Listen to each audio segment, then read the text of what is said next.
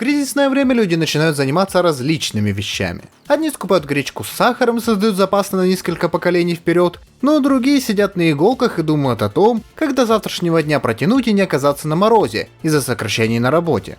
И что в данной ситуации делать обычным геймерам, которые всего лишь хотят скоротать пару часов своего времени и отойти от насущных проблем, связанных с той же работой или учебой, знатно доставшей и ничего большего, кроме раздражения и усталости, не вызывающей. Об этом мы сегодня и поговорим, так что присаживайтесь поудобнее, делайте горячее с бутербродами, а мы, пожалуй, начнем.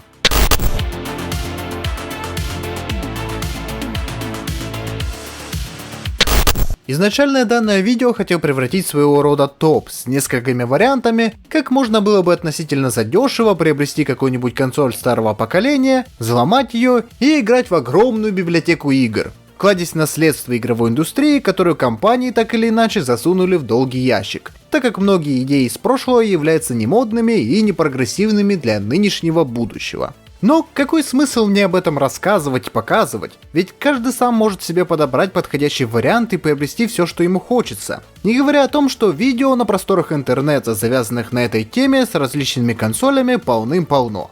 Вообще, я хотел порассуждать на тему того, насколько будет рациональное решение по возвращению к более старым проектам. И знаете, в данном случае, когда новые игры нам доступны через всякие костыли, а каждая копейка на счету, это решение, как по мне, самое выгодное. Прикоснуться к тем играм, которые так или иначе мы умудрились пропустить, или пройти то, что осталось куплено в игровой библиотеке, но ни разу не тронуто. Благо, за эти 30 лет собралось столько различных игр, что можно в принципе еще несколько лет просидеть и не приобретать ничего нового. Это в принципе нам и нужно. Море уникального контента за бесплатно, так как в нынешнее время лучше деньги вкладывать во что-то поистине стоящее, а не в новые железки или однотипные игры с интегрированным магазинчиком, с ускорителями прокачек. Да, понимаю, кому-то данная идея не очень сильно понравится, так как резать глаза об квадратные полигоны и сгорать от сложности старых игр особо не хочется. Ну тогда есть выход в виде взлома той же самой PS4 или Nintendo Switch, и конечно старого доброго компьютера, особенно если он напичкан неплохим железом. Однако если вам в принципе без разницы во что играть, то добро пожаловать в ретро-гейминг, способный удивить теми вещами, которые сейчас любая другая игровая компания даже не посмеет вставить из-за новых веяний, связанных с повесткой. А также множеством различных смелых решений, завязанных на сюжете, графике, геймплейных механиках, которые имели большое разнообразие благодаря высокой конкуренции, особенно во времена консольных войн между PlayStation и Xbox.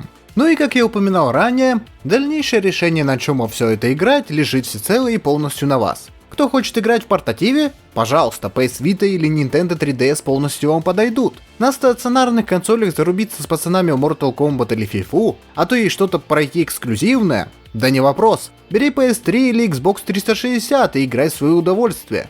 Привык играть с клавиатурой и мышью? Тогда старая добрая печка подарит тебе пару незабываемых вечеров. Ну а если тебе не хочется на все это тратить деньги, то есть также отличный вариант в виде твоего же смартфона, на котором ты смотришь данное видео. Благо эмуляторов уже немало наштамповали, не говоря о том, что на смартфонах имеются также неплохие продукты. Так что вариантов на чем конкретно поиграть имеется немало, а если еще и заморочиться за каким-нибудь программным пердолингом, то тогда вообще можно получить универсальные мультимедийные установки, способные запустить практически все что угодно. В общем, как говорится, на вкус и цвет, главное, чтобы можно было получить удовольствие и сэкономить какую-то копейку. А в данном случае это самое важное – сохранить часть денежных средств и вложить куда-нибудь, например, в ценные бумаги или валюту, а лучше всего самого себя. Спасибо всем тем, кто досмотрел это видео до конца. Знаю, что оно получилось очень коротким, но мне захотелось немного высказаться по этому поводу и предложить, скажем так, свой вариант, как пережить тяжелые времена, которые сейчас наступают. Ну а вы подписывайтесь на канал и оставляйте комментарии, что думаете по этому поводу. Всем удачи и до скорых встреч!